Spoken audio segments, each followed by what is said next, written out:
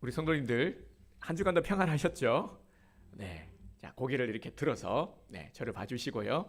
그리고 오늘 우리는 이제 종료주일 그리고 고난 주간 그리고 다음 주는 부활주일이지 않습니까? 너무나도 중요한 우리가 절기를 맞이하게 되었습니다. 항상 절기가 되면은 주님께서 이 절기를 허락하신 이유, 지키라고 명하신 그 이유를 우리가 생각해야 됩니다.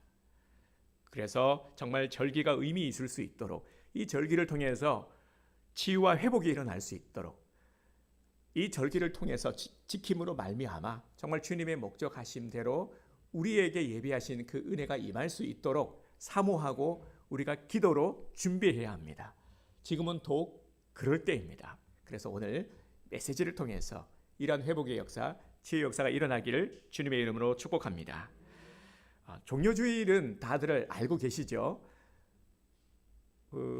예수님께서 예루살렘에 입성하실 때 사람들이 호산나, 호산나, 다윗의 자손으로 오시는 이여 호산나, 호산나 하면서 그렇게 외쳤습니다. 그리고 겉옷을 벗어서 예수님이 나귀를 타고 지나가는 길, 그 길에 옷을 이렇게 깔아서 예수님을 맞이했고요. 그리고 종려나무 가지를 꺾어서 막 흔들면서 그렇게 호산나 호산나를 외쳤습니다.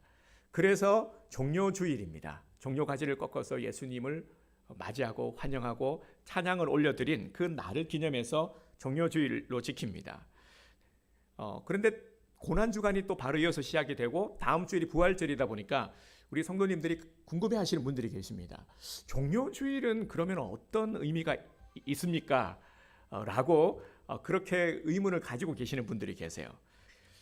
부활주일은 알겠고 고난주간도 알겠는데 종료주일은 잘 모르겠어요. 왜 지키는 거예요? 이렇게 물어보시는 분들도 계신데 그래서 오늘 말씀을 통해서 우리가 종료주일의 의미를 함께 나누고자 합니다.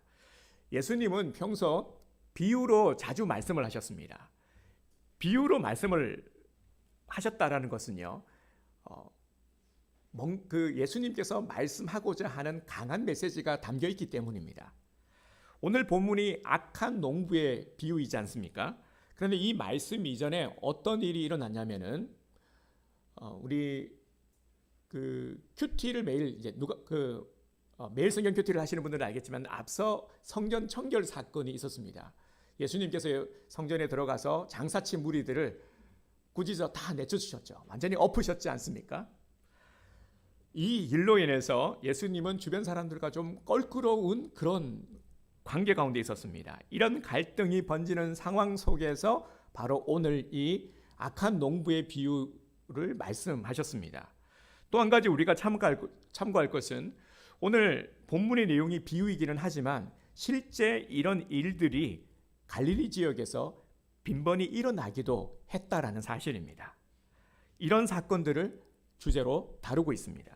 자, 오늘 본문은 이렇게 우리가 잘 알고 있는 내용이죠. 악한 농부 비유. 우리 주일학교 때도 아이들에게 많이 가르치기도 하고 또 우리 성도님들도 많이 듣기도 하고 말씀을 많이 읽어서 알고 계실 겁니다. 내용은 이렇습니다. 한 주인이 아름다운 포도원을 만들어서 농부들에게 세를 주고 먼 타국으로 떠났습니다. 때가 되어서 포도원에서 나는 소출을 받으려고 종들을 농부들에게 보냈습니다.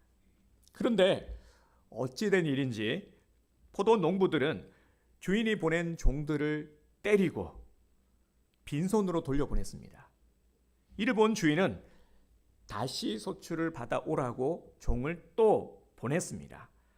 그런데 이번에도 주인이 보낸 종들을 머리에 상처를 내고 죽지 않을 만큼 능욕하고 빈손으로 돌려보냅니다.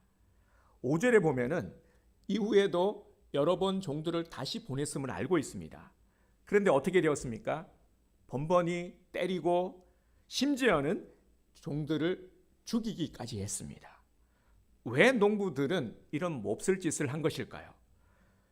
자기들 소유의 포도원도 아니고 주인으로부터 지금 세를 얻어서 그렇게 포도원 농사를 짓고 있지 않습니까?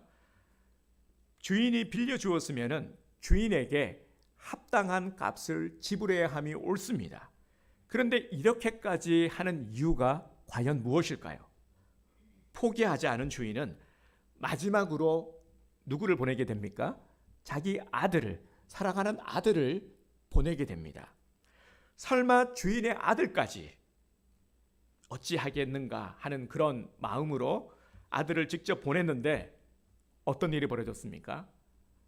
아들을 능욕하고 처참히 죽였습니다. 바로 이런 내용들이 오늘 우리가 읽은 본문에 나옵니다. 그런데 오늘 본문 말씀을 우리가 들으면서 두 가지의 의문이 들죠. 첫 번째는 종들을 앞서 보냈을 때에 때리고 요구에 응하지 않았잖아요. 능욕하고, 그죠? 그거 왜 가만 놔뒀을까? 한 번도 아니고 두 번도 아니고 말이죠. 그죠? 그때 조치를 취했어야지. 왜 그거 가만 놔뒀을까? 라는 그런 의문이 먼저 듭니다. 그리고 또 한 가지 드는 의문은 종들이 가서 그렇게 능욕을 당하고 심지어 종들을 죽이기까지 했는데 왜 그런 자들에게 아들을 보냈을까? 왜 아들을 내어주었을까? 하는 그런 의문을 우리가 가지게 됩니다. 아무리 비유의 말씀이지만 이거 참 우리가 이해하기 쉽지 않습니다. 도대체 농부들은 무슨 생각으로 이런 짓을 한 걸까?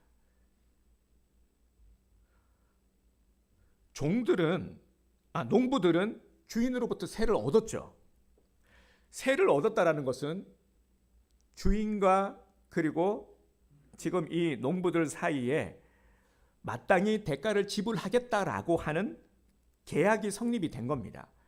그렇죠? 그러면 마땅히 이 계약을 이행해야 될 의무들이 농부들에게 있는 겁니다. 세를 얻었으니까요.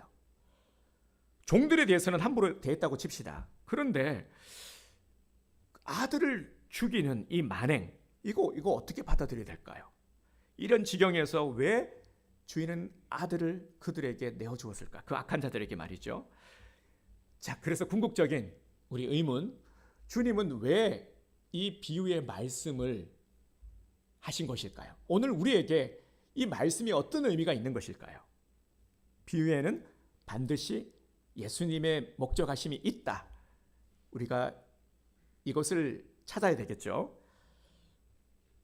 과연 예수님의 목적, 이 비유로 말씀하신 목적이 무엇일까요? 여기에는요, 우리 안에 오신 예수님을 우리가 어찌 했는가를 깨닫게 하고자 오늘 이 비유의 말씀을 우리에게 하신 것입니다. 여기서 포도원의 주인은 누구입니까? 주인은 하나님이시죠. 농부는 누구입니까? 농부는 우리들이고, 아들은 누구죠? 바로 우리 곁에 오신 예수 그리스도이십니다. 아버지는 참으로 멋진 포도원을 우리들에게 주셔서 영광받기를 원하셨습니다. 이것이 아버지의 심정인 거죠. 포도원을 통해서 우리로 하여금 영광받기를 원하시는 것.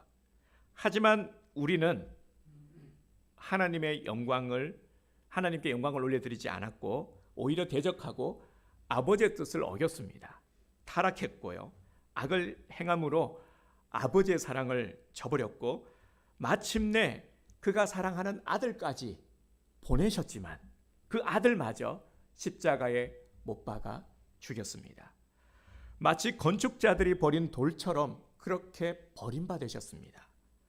하지만 하나님께서는 예수님을 통해서 우리를 살리시는 머릿돌이 되게 하셨습니다. 10절하고 11절 말씀 다시 한번 보겠습니다. 바로 이 내용이 10절, 11절에 나옵니다. 이 10절, 11절은 시편 118편의 말씀을 인용해서 예수님이 하신 말씀입니다. 너희가 성경의 건축자들이 버린 돌이 모퉁이의 머릿돌이 되었나니 이것은 주로 말미암아 된 것이요 우리 눈에 놀랍도다 함을 읽어보지 못하였느냐 하시니라. 아멘. 주인이 종들을 보낸 이유는 바로 열매를 얻기 위함입니다. 2절 말씀에 보면은 이렇게 말씀을 하고 있죠. 때가 이르매 농부들에게 포도원 소출 얼마를 받으려고 한 종을 보내니 소출 얼마를 받으려고 열매를 얻기 위해서 종들을 보냈습니다. 주인으로부터 받아서 누렸다라면은 당연히 대가를 지불해야 함이 옳습니다. 여러분 그렇죠? 이는 처음부터 그렇게 계약된 일입니다. 하지만 이들은 열매를 드리지 못했죠. 왜 열매를 드리지 못했을까요? 열매를 드리지 못했다라면은 두 가지의 이유가 있겠죠. 한 가지는 열매를 이들이 거두지 못했기 때문에요. 아무런 소출도 거두지 못했기 때문에 드릴 수 없는 것도 하나의 이유가 될 수 있고, 또 한 가지 이유는 거두었는데 이것이 자기가 수고한 것인 마냥 그렇게 착각을 했다라는 거죠. 그러니까 내가 수고하고 내가 열심히 땀 흘려 일한 대가이기 때문에 이거 못 준다라는 거예요.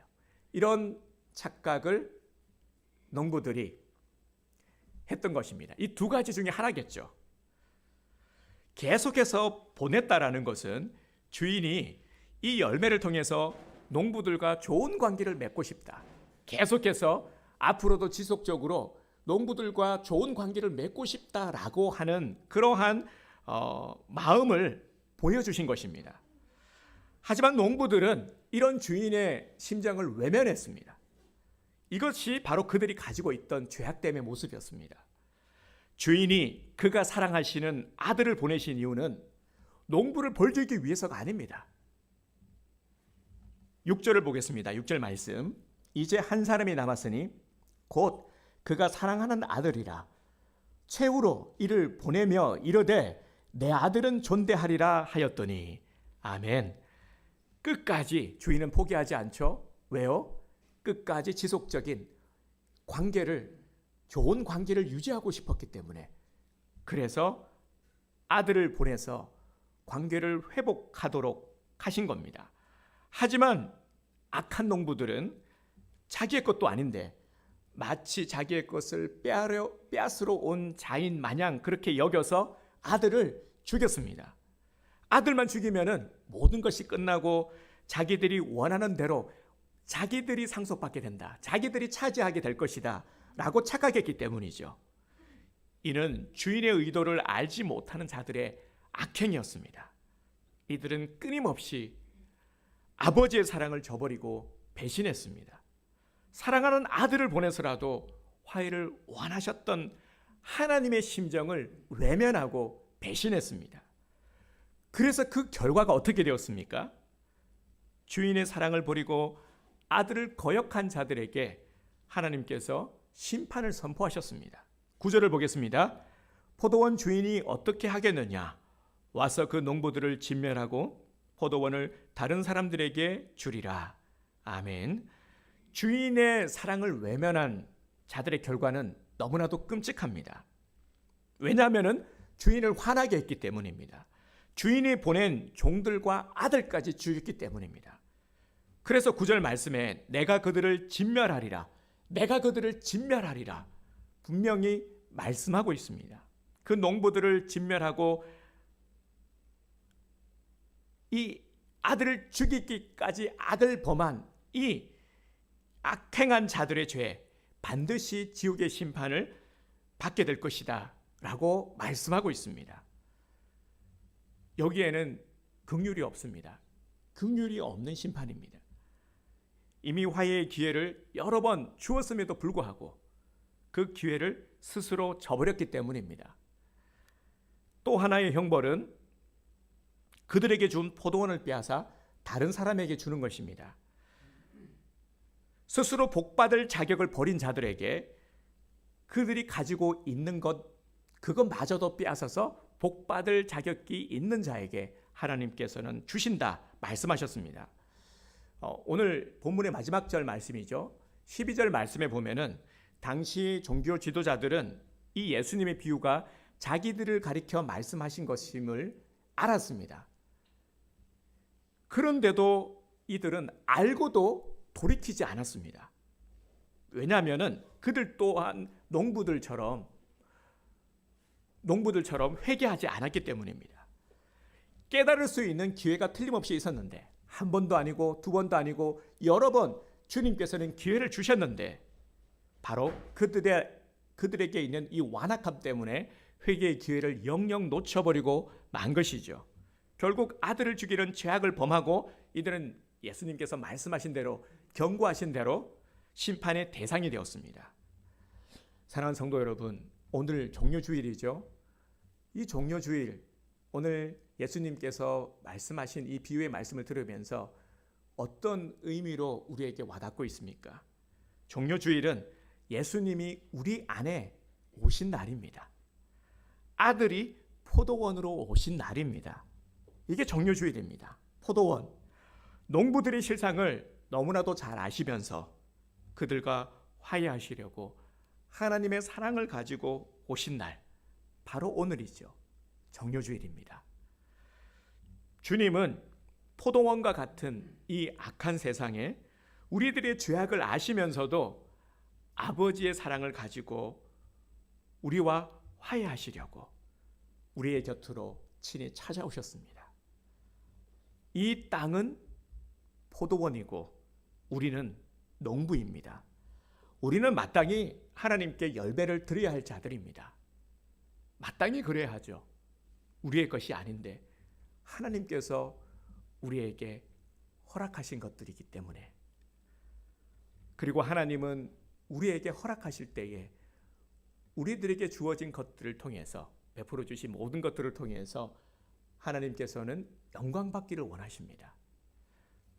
하지만 이 땅은 지금도 이러한 주님의 심정을 이해하지 못하고 주인을 향한 대적이 계속되고 있습니다.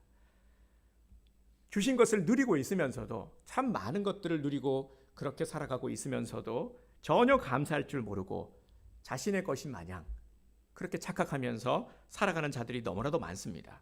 그래서 하나님의 요구를 거부하고 있습니다. 농부들을 보세요. 왜 거부했을까요? 두 가지 이유가 있을 수 있다고 말씀을 드렸죠. 소출이 없기 때문에, 아무런 삶의 열매를 맺지 못했기 때문에, 아버지가 원하는 삶을 살지 않았기 때문에 아무것도 드릴 수가 없는 것이죠. 이것이 한 가지의 이유고요. 왜 또 거부하고 있습니까? 내 것이라고 착각하고 있기 때문에. 왜 내 것을 드려야 되냐는 거죠. 내게 주어진 것이고 이거 내가 열심히 수고한 건데, 이거 내 건데, 내가 고생한 건데, 내가 고생해가지고 여태 이렇게 모은 건데, 내가 이것을 이루느라고 얼마나 내가 고생했는데, 근데 내가 이걸 왜 손해봐야 돼? 왜 내가 이것을 드려야 돼? 바로 이런 마음이죠. 이런 이유 때문에 열매를 요구하는 자들을, 그리고 교회를 비난합니다. 대적합니다. 그리고는 제 멋대로 살아가죠. 내가 중요하기 때문에 내가 하고 싶은 대로, 나의 행복을 위해서 내가 하고 싶은 대로 그렇게 살아가는 모습, 제각기 자기 소견에 옳은 대로 그렇게 살아가는 모습을 보게 됩니다. 이게 바로 지금 보여지고 있는 세상의 모습이죠. 그러면 오늘 우리들의 모습은 어떻습니까? 우리 성도들의 모습은 어떻습니까? 우리는 정말 주님이 원하는 열매를 주님께 드리고 있습니까? 혹시나 나는 주님이 내게 주신 결과들을 내 것으로 착각하면서 그렇게 살아가고 있지는 않습니까? 말로는 은혜라고 하면서, 말로는 은혜를 말하고, 말로는 내가 신앙인이다 라고 말하면서, 교회 다닌다, 하나님을 믿는다라고 말하면서 실질적으로 주님이 주신 모든 것들을 내 것인 마냥 그렇게 착각하고 그렇게 살고 있지는 않습니까? 우리는 냉철하게 나의 모습을 돌아봐야 합니다. 이런 모습이 조금이라도 내게 있다라면은 틀림없이 우리 안에 불편함이 있을 겁니다. 우리가 신앙생활을 하면서도 내 안에 불편함이 있다 하시는 분들은 바로 여기에 걸리는 거죠. 주님이 요구하시는 음성 앞에, 음성은 듣습니다. 말씀은 들어요.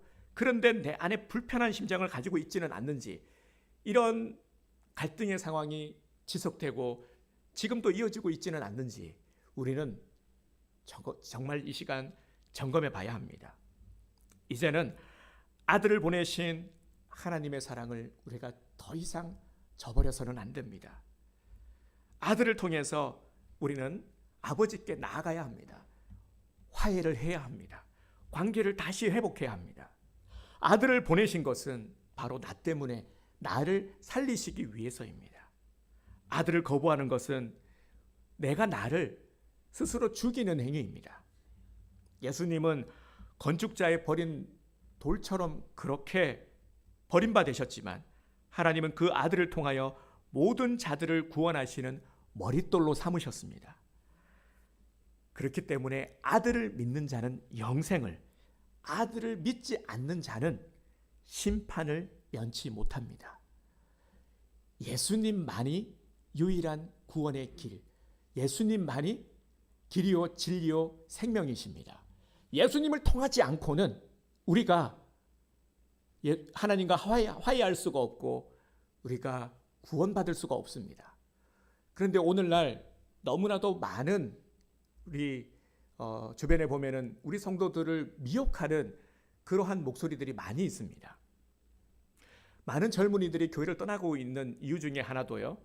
요즘 보면은 정말 이 혹할 수 있는 그런 달콤한 유혹들이 너무나도 많습니다. 바로 이런 거죠. 종교다원주의와 혼합주의. 정말 오늘날 이 포스트 모더니즘 시대에 이 대표되는 특징이 바로 종교 혼합주의를 들 수가 있습니다. 인정하겠다는 거죠. 너 무슨 종교를 믿어? 나 기독교. 오, 멋지네. 너는? 나는 불교. 오, 너도 참 멋져. 다 인정해버리는 거죠. 이슬람도 인정하고요. 힌두교도 인정하고.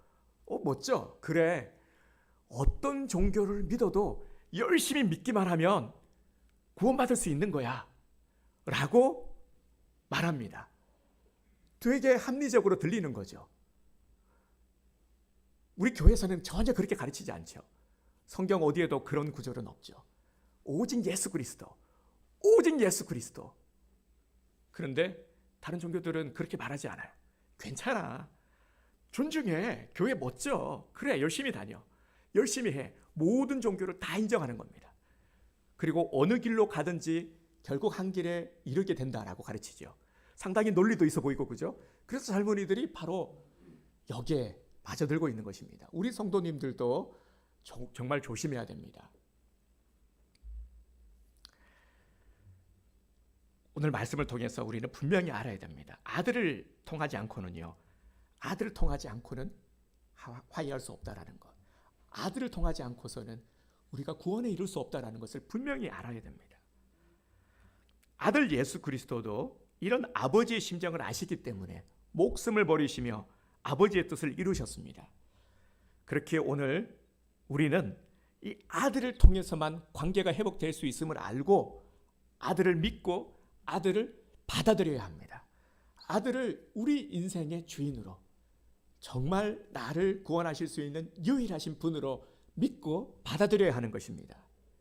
나를 회복하러 오신 주님, 이분을 내가 믿고 이제부터 내 인생의 길잡이로 모시고 정말 주님 말씀을 따라 그렇게 살아가야 합니다. 그래야 우리가 이 험악한 세상을, 복잡한 세상을 살아갈 수가 있습니다. 이것이 오늘 우리가 바로 해야 할 일입니다. 회복되어야 할 모습입니다.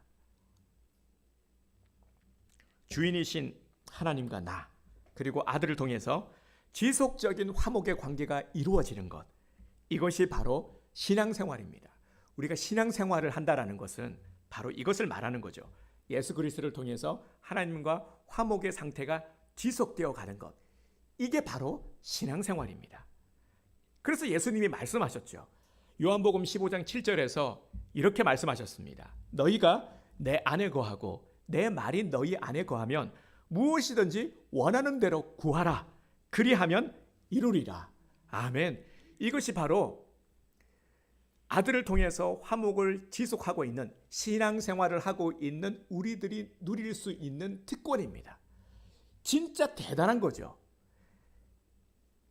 내 말이 너희가 내 안에 거하고 내 말이 너희 안에 거하면 우리가 아들을 통해서 화목을 지속해 가는 방법이죠. 이렇게 우리가 신앙생활을 해 가면은 무엇이든지 원하는 대로 구하라 라고 분명히 약속해 주셨습니다. 들어주겠다고. 이 얼마나 놀라운 은혜의 복을 오늘 우리들이 누리고 있는 것입니까? 여기에는 진짜 놀라운 비밀이 이렇게 숨겨져 있는 것입니다.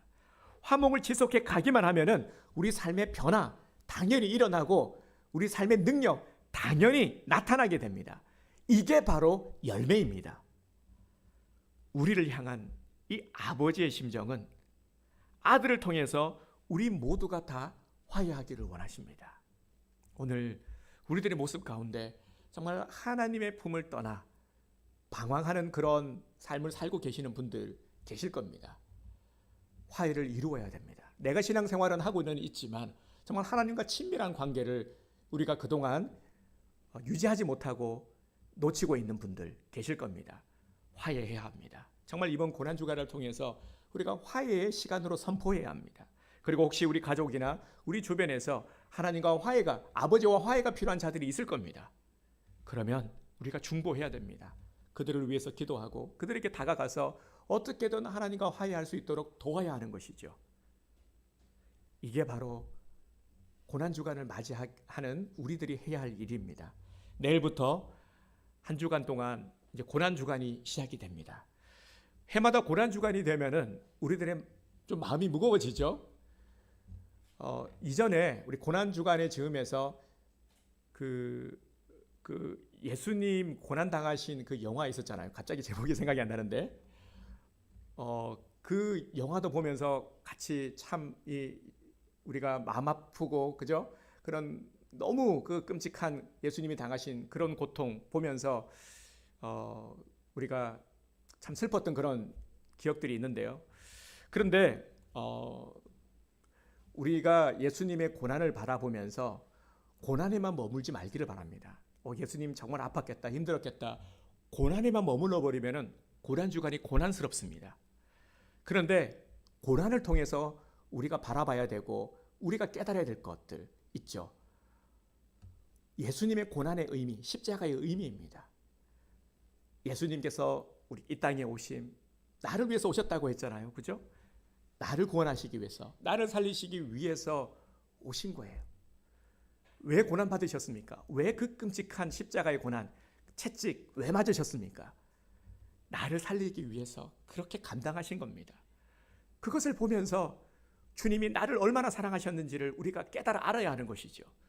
평소에는 우리가 놓치고 있었더라도, 그러면 우리는 화해가 필요한 자들 아니겠습니까?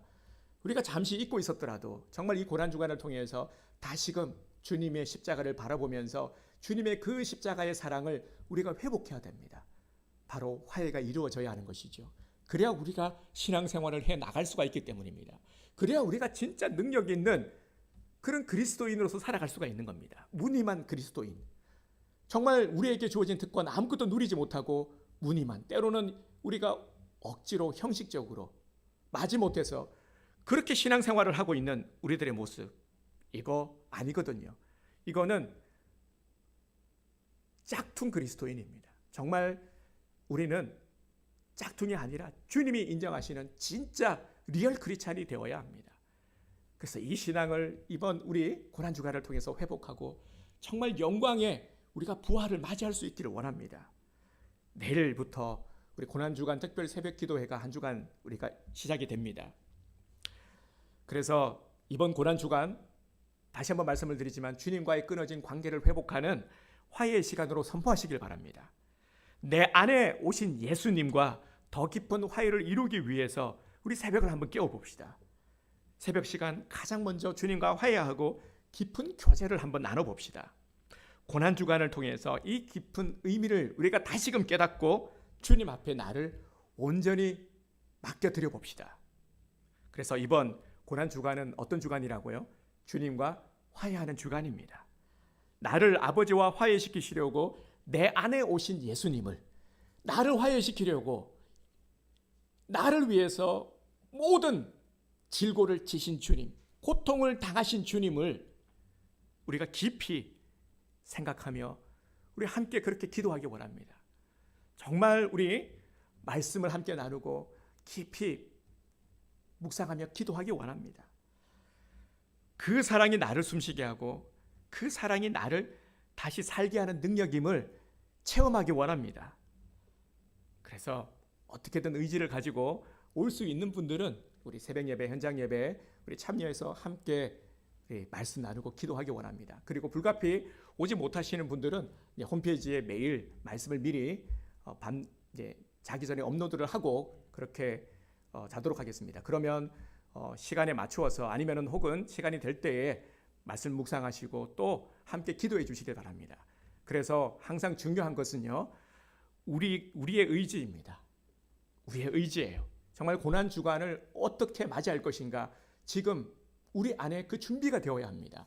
그래야 하나님께서 절기를 통해서 우리에게 부어주시는 은혜가 우리에게 임하게 됩니다. 지금부터 우리는 누리는 것이 필요합니다. 정말 주님께서 부어주시는 은혜를 누리지 못하면은 아무 소용이 없잖아요. 소출이 없으면은 드릴 것이 없잖아요. 그래서 우리가 정말 주님 주시는 것들 많이 우리 삶의 소출 통해서 열매들을 통해서 주님께서 목적하신 대로 그렇게 영광을 올려드리고 열매들을 통해서 정말 우리 삶에 더 복된 많은 은혜가 일어나기를, 그리고 회복과 치유가 나타나기를 주님의 이름으로 축복합니다. 오늘은 우리 약한 나로 강하게라는 이 찬양을 통해서 함께